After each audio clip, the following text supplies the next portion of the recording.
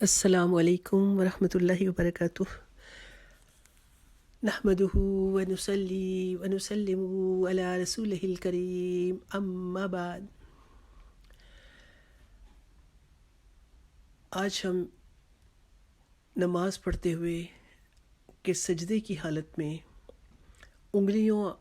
جو ہیں وہ ہمیں کس طرح رکھنی چاہیے، یہ بات سمجھیں گے۔ نماز چونکہ ایک فرض عبادت ہے، اور اس فرض عبادت میں اگر ہم اپنی مرضی سے، اپنی بغیر جانے بے علمی کے ساتھ کوئی ایسا کام کرتے ہیں کہ جو کہ سنت کے مطابق نہیں ہوتا، تو اس نماز کی نورانیت میں فرق آتا ہے۔ تو اب جیسا کہ نماز کا وقت آیا، ہم نے اپنا وقت نکالا، الحمدللہ کہ دنیا کے کاموں کو پیچھے کیا، نماز کے لیے ہم نے فراغت لی، وضو کیا، جا نماز پر کھڑے ہوئے۔ لیکن اس نماز کو پڑھتے ہوئے اگر ہم نے یہ جاننے کی کوشش نہیں کی کہ نماز کے اندر کیا ہمیں کرنا چاہیے تھا، جو کہ ہم نے اپنی لا علمی کی وجہ سے یا اپنی جہالت کی وجہ سے یا اس بات کو معمولی سا لیتے ہوئے کہ کوئی مسئلہ نہیں ہے، جیسے بھی ہم اس کو عمل کو کر لیں گے، اللہ تعالیٰ قبول کرنے والے، اور کبھی جاننے کی کوشش ہی نہیں کی کہ نماز کی حالت میں ہمارے جسم کی حیت جو ہے وہ کیا ہونی چاہیے۔ تو آج اس معاملے میں ہم یہ بات سمجھنے کی کوشش کریں گے کہ جب ہم نے اپنی نماز شروع کی تو سجدے کی حالت میں جو ہماری انگلیاں ہیں، جو ہمارے ہاتھ کی انگلیاں ہیں، وہ ان کا رخ کدھر ہونا چاہیے، اور ہمارے چہرے سے ہمارے ہاتھ کتنے دور ہونے چاہیے، اور آیا کہ جیسے مرضی ہم ان کو رکھ سکتے ہیں یا جیسے مرضی ہم ان کو جہاں چاہیں رکھ لیں، اس سے کوئی فرق نہیں پڑتا۔ تو اس بات میں ہم نے آج یہ چیز سمجھنی ہے کہ نماز کی حالت میں جو ہمارے ہاتھوں کی انگلیاں ہیں ان کو اکٹھا ہونا چاہیے، یعنی کہ انگلیاں کھلی ہوئی ہم نے رکھ کے کہ ایک ایک انگلی جو ہے اس کے اندر وقفہ ہمیں نظر آ رہا ہو، اور ہماری انگلیاں جو ہیں وہ ایک دوسرے سے واضح طور پر جدا جدا نظر آ رہی ہوں۔ نماز کی حالت میں ہم ایسا نہیں کریں گے۔ نماز کی حالت میں ہم نے اپنی انگلیاں اکٹھی رکھنی ہیں،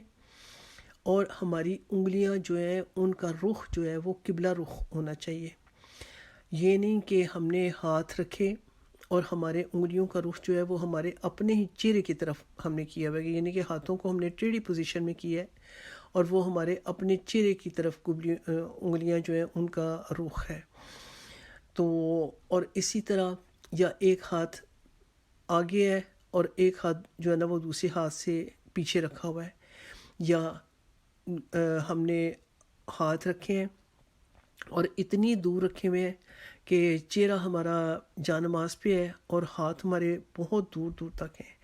ہم نے اپنے ہاتھوں کو اتنا دور رکھنا ہے کہ ہمارا چہرہ جو ہے وہ ہمارے دونوں ہاتھوں کی جو ہتھیلی ہیں ان کے درمیان ایک سیدھ میں ہوگا، اور اسی طرح کہ ہاتھ ہمارے،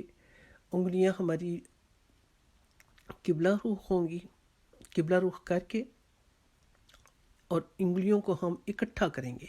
یعنی کہ ہماری انگلیوں میں کوئی جو وقفہ ہے یا کوئی جگہ یا کوئی خلل ہے وہ نظر نہیں آ رہا ہوگا، کیونکہ یہ نماز کی حیت کی چیزیں ہیں۔ اگرچہ ہم اس طرح نہیں رکھتے، نماز تو پھر بھی ہو جائے گی، لیکن وہ سنت کے مطابق نہیں ہوگی۔ اور ہم نے تو کوشش کرنی ہے کہ ہم اس نماز کو جو اللہ کی خوشنودی کے لیے، اللہ کی رضا کے لیے ہم پڑھیں، ہم زیادہ سے زیادہ ہم کوشش کریں کہ ہم اپنی نماز کو بہتر طریقے سے ادا کرنے کی کوشش کریں کہ یہ نماز جو ہے وہ ہمارے لیے قیامت کے روز نور بن کر آئے، پلسرات پر ہمارے لیے نور بنے، ہماری قبر میں یہ نماز نورانیت کے ساتھ کھڑی ہو، کیونکہ جب مردے کو قبر میں رکھا جاتا ہے تو اس کے یہ جو نیک اعمال ہے، نماز، قرآن پاک پڑھنا، روزہ، عبادات، یہ سب اس کے چاروں کونوں پہ کھڑے ہوتے ہیں، اور اس کے علاوہ جو اس نے تکلیفوں پہ صبر کیا ہوتا ہے یا دین کے راستے میں صبر کیا ہوتا ہے، وہ ایک کونے میں کھڑا ہوتا ہے کہ اگر کسی طرف سے اس کی عبادت میں کوئی کمی ہو تو پھر اگر اس نے صبر کیا ہوتا ہے تو پھر وہ صبر جو ہے وہ کونے میں کھڑا ہو کر اس کی مدد کے لیے تیار ہوتا ہے کہ میں اس کمی کو پورا کروں جہاں سے بھی قبر کا عذاب اندر داخل ہونے کی کوشش کرے۔ اب یہ ساری چیزیں تو ہم نے قبر کے گڑھے میں اترنے سے پہلے اپنے لیے تیاری کر کے جانی ہے، اس نماز کو بھی ادا کرنا ہے اور کوشش کرنی ہے کہ ہماری نماز جو ہے نورانیت والی بنے۔ ہمارے میں سے اکثریت کی جو نماز ہے وہ تو ویسے ہی اس لائق نہیں ہوتی کہ ہم اس کو اپنے طور پہ یہ سمجھ سکیں کہ یہ بڑی اچھی نماز پڑھی گئی ہے، اور اس کا جو اللہ تعالیٰ کے نیک بندوں نے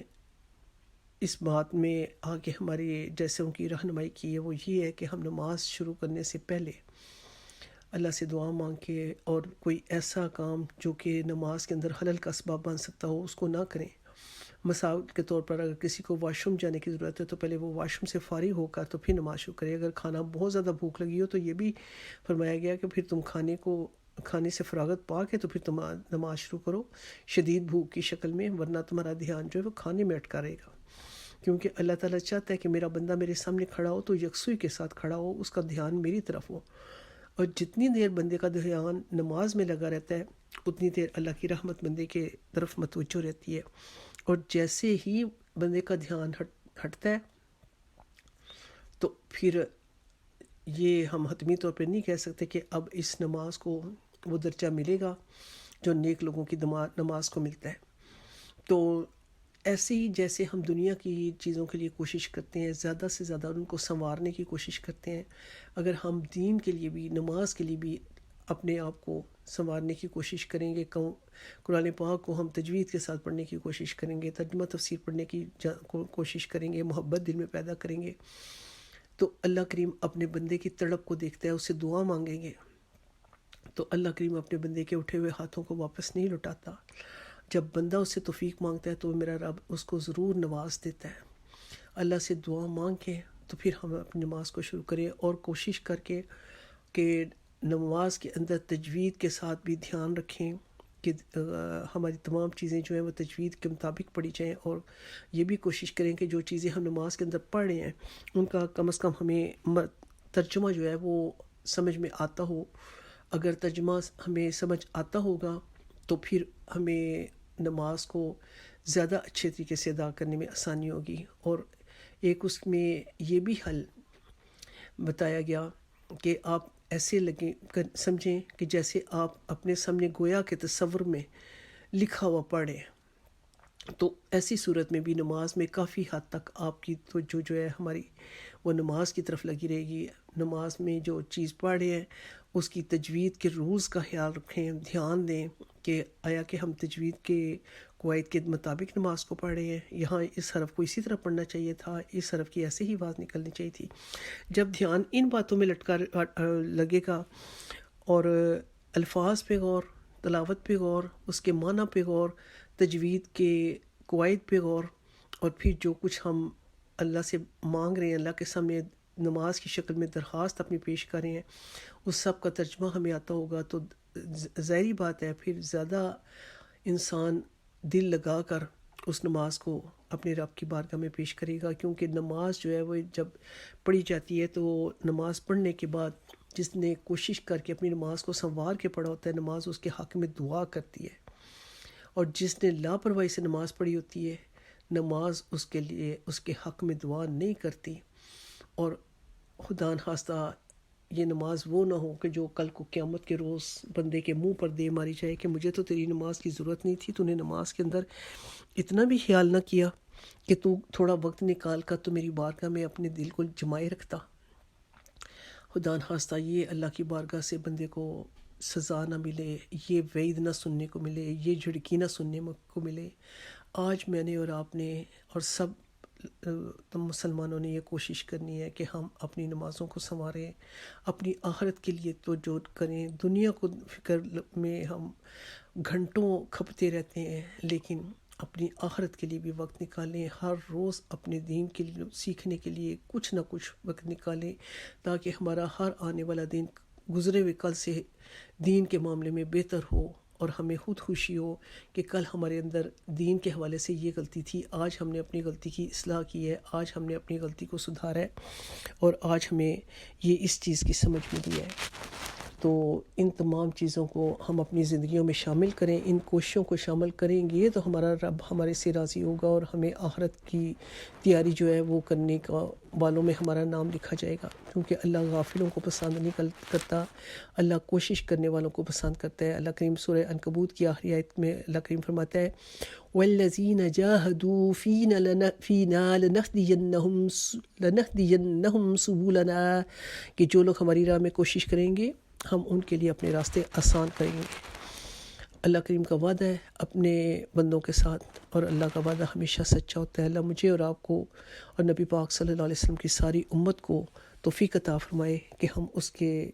راستے پر چل کر اس کے دین کو سیکھنے کی، اس پر عمل کرنے کی، اور اپنی آخرت کو سنوارنے کی کوشش کریں، اور اللہ کریم ہماری دنیا بھی سنوار دے اور آخرت کے کاموں میں بھی مدد فرمائے۔ آمین ثم آمین۔ اللہم صلی علی محمد وعلی آل محمد وبارک وسلم۔ سبحانک اللہم وبحمدک، اشہد ان لا الہ الا انت، استغفرک واتوب الیک۔ السلام علیکم ورحمۃ اللہ وبرکاتہ۔